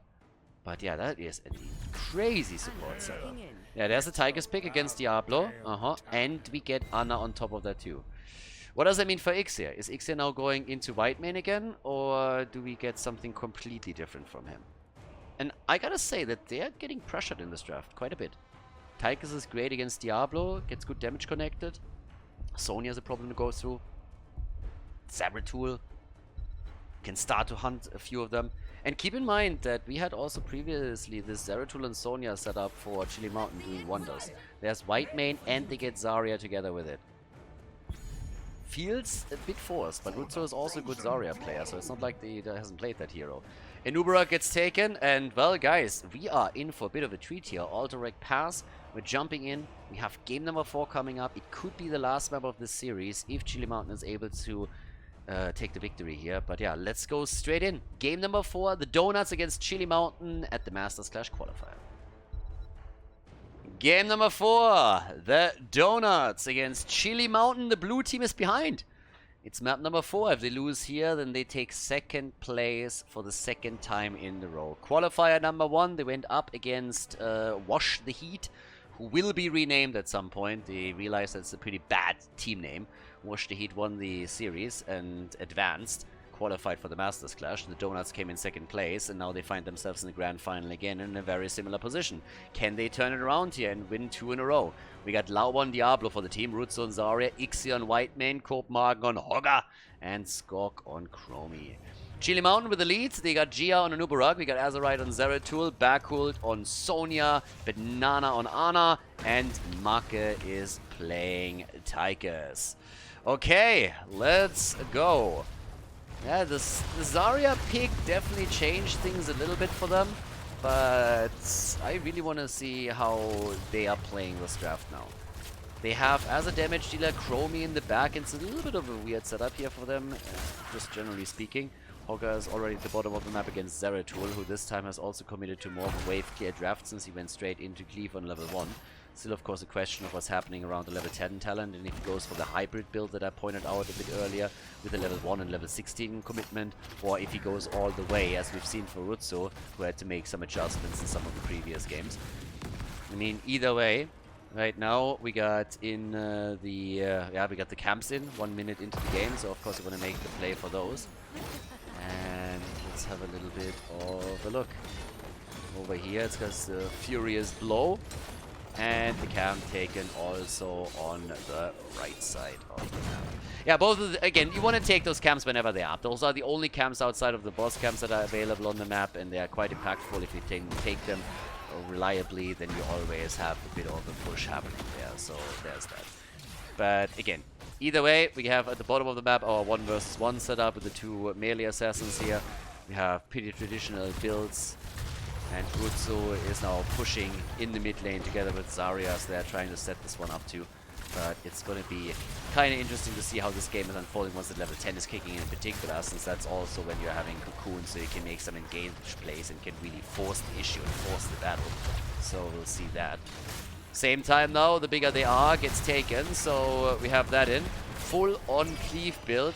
Yeah, more of a macro style. I mean, lately, honestly, the game has been shifting away with the macro on these bigger maps, away from these explosive team fights where this auto attack build with the Might of the Narazim really just reigns supreme, and more towards a style where the teams are also trying to control the wave clear to an extent where they can really force the issue and put the opponent into trouble if they don't meet the wave clear requirements and can't really match it. Now, there's a bit of a big dive as they're trying to get the first kill. Zeratul jumped in for some cleave work too. But generally speaking, it's still everybody playing out the normal style with the prisoner camps now popping up. Also talking about camps, this one is coming up as well on the left side and as on the right side. And oftentimes you don't see a commitment for the prisoner camp before we have the level 7 talents ready for both of the teams. So there's that. But I mean, either way, Make, he has the bigger they are, so he's the one that really needs to try and lock Diablo down whenever he can in the later stages of the game. Lauber is oftentimes a target in these fights if you can lock him down, and that's Nuburak's job to make sure that he gets the stun connected. Maybe even a sleep dart from Ana could set the play up, but then the minigun has to be ready to just chunk him down enough for the rest of the team to take him apart here. So that's one of the things that we can definitely look forward to here. But the Donuts are now becoming a bit more aggressive. And I mean, they really have to be. They're in a situation where they are the ones that are behind now, so they have to really take the initiative in this game and start to force the issue. And they're doing that in the middle of the map as we speak. But both of the teams are slowly coming to a level 7 talent. And in that case, we're now getting the Battle Rage. Plus also maybe a commitment for the first prisoner camp here. Banana pausing the game. Maybe a bit of a connection issue for them here too. But the one thing that I can already point out is that we have Seeker in the dark this time and not the wormhole. So the Zeratul setup definitely changing slightly. I mean, we've seen all kinds of builds in this particular tournament. Usually the style is pretty established in the European side, but at least today we had some adjustments being made. Copenhagen right now is rotating out, and I don't think that Banana H is going to be there in time to drop a good... I mean, if you can drop a sleep dart, then maybe someone else can rotate in too. It doesn't really look like that. As you can see, Nuburak, he disconnected, so Gia is for some reason out of the game. It's a little bit of a weird setup too, and I honestly still to the day don't understand why bots every single time that someone drops immediately go back to the Nexus. That's always a bit awkward. But they are both on level 7, so as you can tell, nobody made a play for the prisoner camps just yet. Both of the teams are not even looking towards it. Damage output, we had a couple of smaller skirmishes, but nothing too crazy. 6,000, I mean, look at Chromie. 6,000 damage puts her in the top damage position in the game. But everybody is just playing it a bit slow. If you're the Donuts, then of course you have to take care of all of this, since it is tricky. You can't make a huge mistake or you're going to lose the entire series, and then it's just over, and you're once again taking second place here. But we can also take a bit of a look at the experience lead as we have all of this set up. So not really a big difference, but you can see a slight advantage in the minion experience over here. It's nothing too crazy, a bit more structural damage has been done by the Donuts as they were looking to burn through the mid lane. And that's one of the things that they have been doing a little bit better. As you can see, the camp is still active in the middle for the red team, but with the timings and how they worked out so far, the blue team has done more damage in the middle. And I can't stress this enough, taking this camp every single time that it's off cooldown, once that he appears on the map again, is super important on alt-direct pass. You get a lot of pressure through the mid lane, and that's exactly what allowed the Donuts to break through the wall here and open this up. And once that you take the fountain down, that's of course fantastic for when you have to make a play over on the prisoner camp here. But even if you're playing around the one up at the top, that's also quite helpful. So definitely, if you have a chance to do that, make sure that it happens.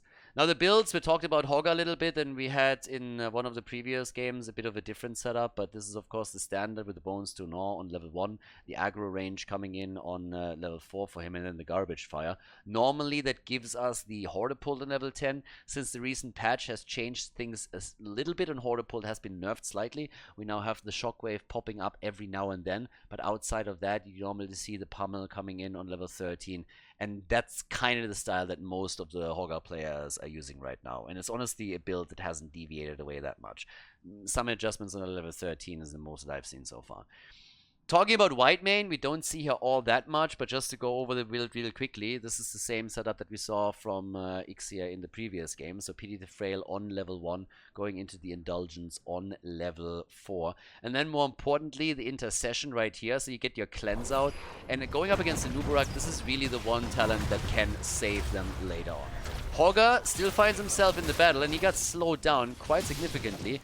Good damage against Copenhagen, but he is still able to make it out here. But the two of them, Anna and Zeratul, were still able to get some work done. Now, Whitemane is moving in to ensure that they are not dropping any XP. But the killer setup at the top is all of a sudden zipping onto Lauber, and he should die here. And he does indeed. Nice! Good first kill for Chili Mountain. Nicely done by them. And that is exactly what I talked about earlier. They have to set it up with a Nubarak. He needs the stun, then the bigger they are, and then you make your play. So they shut down Lauber in this particular case. We have the level 10 in for Chromie, but they're not really focusing on the objective by any means. Instead, it's just damage against the wall here, nearly taking the tower down, and this one is going to be eliminated one way or another. Yeah, thank God. If that thing would have survived on a single hit point, that would have been a disaster. But Ixia gets also caught, and that is, well, another problem.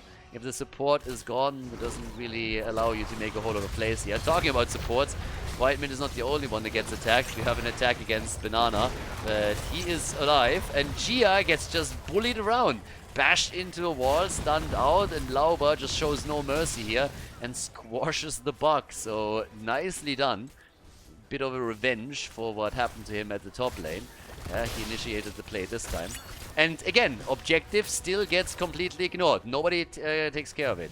We are 5 minutes into the game now, past 5 minutes, which means that both of the bosses are now up as well.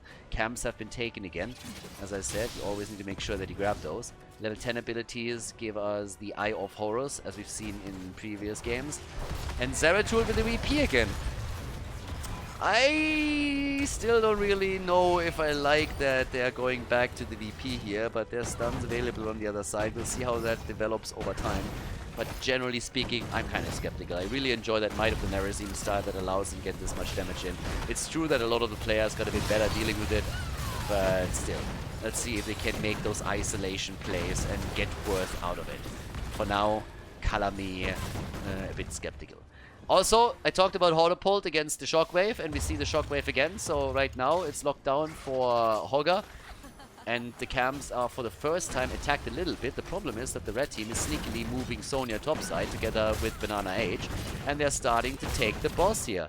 I guess Lauber is going to double check that. No, he's just taking the lane. Hogger isn't even here. Hogger is taking the camp.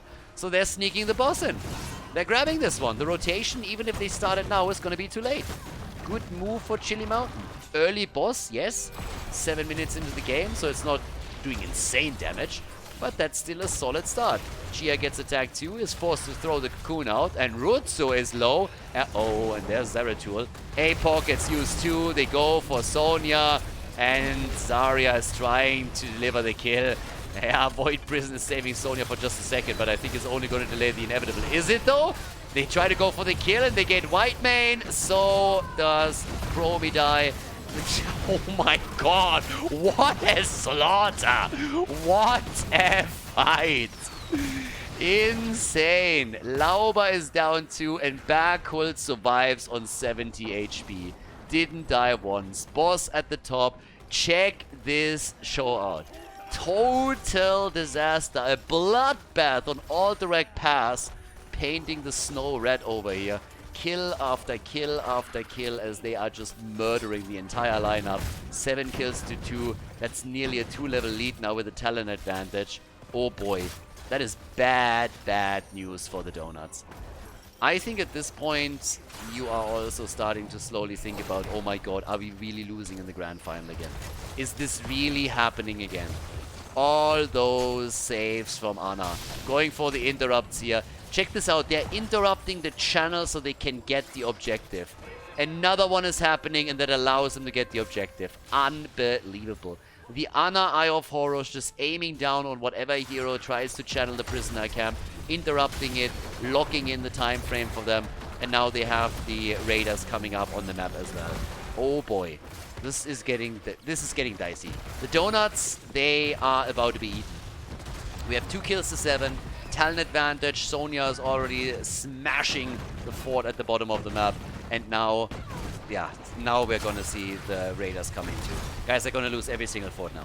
The one at the top has already fallen. Here comes Odin. Gets popped quickly. This is nasty. Absolutely nasty. Yeah, they take the... Well, can they take this one? Raiders already been defeated. I gotta admit, I expected this to be a bit more impactful in the middle too. Now top lane and bot lane still get pressured. I mean, Sonya, look at this. She went deep on this one. They try to go for Chromie too. But there's a lot of heroes still around. But they're now using also a Nubarak for the Cocoon. Diablo with the setup. And this time they went a bit too deep, didn't they? Did they? Yes! Zeratul is dead. Running straight into the Chromie damage. But those Raiders are still doing damage and opening up the bot lane. And the top lane, I might add. Yeah, they've done some serious work here. That is solid damage on this. The gate is about to go down at the bottom of the map. They dropped all of this. So despite the fact that we now saw an additional kill against Zeratul, I gotta admit, they did way more work here than I expected them to. They didn't get the fort in the middle of the map, that's definitely true. But outside of that, they played this one solidly out. And now the boss gets taken. So the Donuts are at least recognizing that they have a slight advantage on the map. But they are sacrificing the middle. Hogger is not going to be able to hold on to the fort. So the boss at the bot lane gets taken, the fort falls, and they could push this even further. I mean, if they know that the boss is now taken at the bottom of the map, then Nubura can technically try and anchor for them. Vision is here, half level until 16. Chili Mountain, they have improved so much, even from last week alone. So, yeah, it's getting a bit crazy now. But we've seen fantastic comebacks in this particular series already. So I wouldn't count the Donuts out just yet. Then again, that boss didn't really do anything for them either. I mean, it didn't even destroy the entire wall. So that's a problem in and of itself. The prisoner camp is up again, and the problem, of course, is at least the fort is destroyed, so there's that. But the problem is still that we also have level 16 coming in. The last fight, what really made a difference there was also VP plus Cocoon. 2 isolation tools that allowed them to move away. Here we go again with the epicenter. Gia locking that one in. And they go for the camp.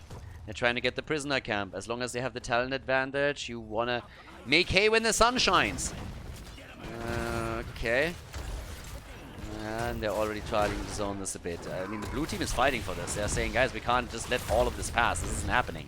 We need to make some plays here at least. The problem is that Zeratul is now moving in. He has the APOC set up. And Nubarak, he survives. And Nubarak survives and Copenhagen is dead. This is the worst case scenario. VP in the back. Smash and down goes Zarya. It's a disaster. It's an absolute disaster. They are losing everyone. Diablo is the only survivor. Now they can take the prisoner camp. We have the middle being attacked. The bot lane gets escorted out. Oh my god. The Donuts. They are getting smacked over here. The keep in the middle is definitely going to fall. And they're going to lose more than that. I don't think they can go for the core here. That thing regenerates. You don't want to make that play. But if the one... What is Lauber doing? Lauber, no!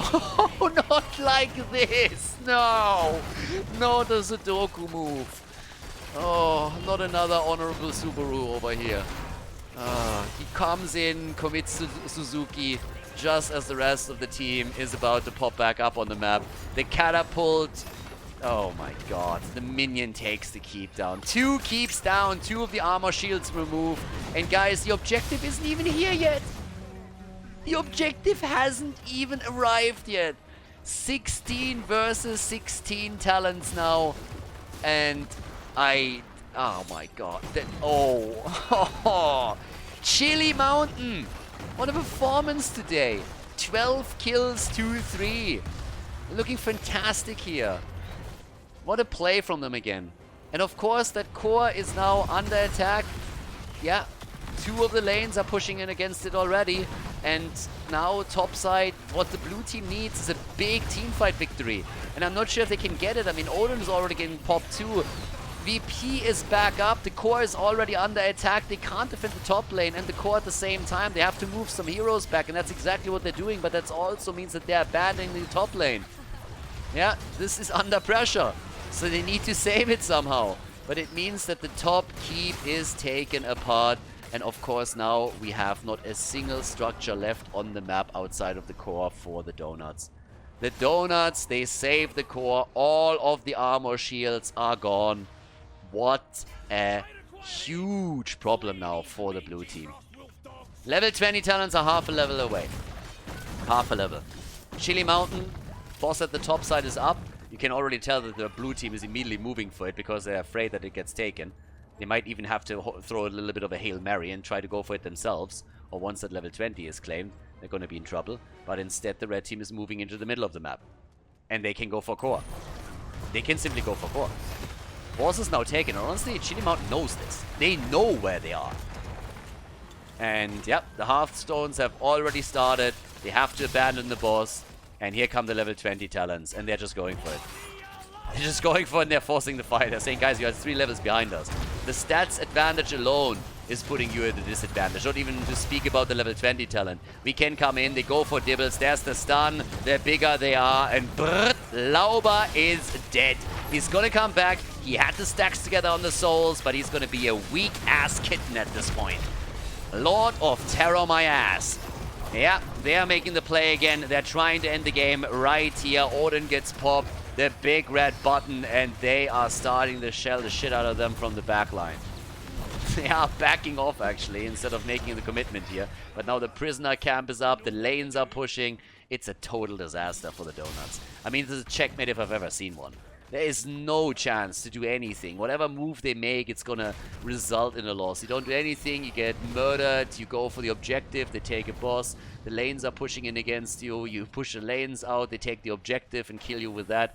I mean, there is so much pressure everywhere. And just look at the bot lane. They made the play with Anna and Sonya already earlier, and they're making the same play again. Now they have to move away because people are coming their way. But that means that this is all ending up at the core, and you can't really afford to be in that situation. Lauber has to make an engage, and it's going to be a shitty engage. He knows that, but he has to do it. There's no other option. They keep him alive barely, but the core gets attacked. Anna is still sitting at the bottom with the Eye of Horus, is going for the big pew-pew. 13 kills to 3, level 20 is in, the core is starting to lose hit points, but for now still alive. The push through the middle though, but look at the minimap, the lanes are pushing, all 3 of them. They're gonna end up with even more on the core, and it's a mad problem. Lauber is in trouble, drops the APOC, he's dead, it's the end of the game. Well, Zeratul is dead at least, Zeratul is down.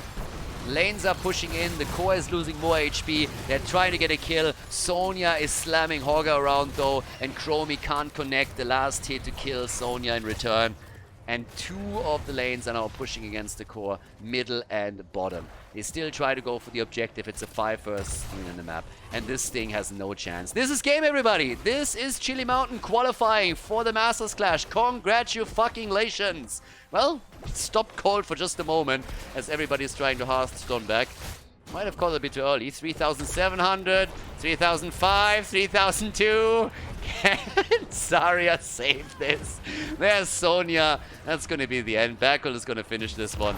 Moves in, tries to connect the spear, gets zoned out, has to run around it, but the reinforcements are coming, and that is game. They qualify, well done, and the Donuts, they come in 2nd place twice in a row. Good job by Chili Mountain. Congratulations for a quick qualification tournament.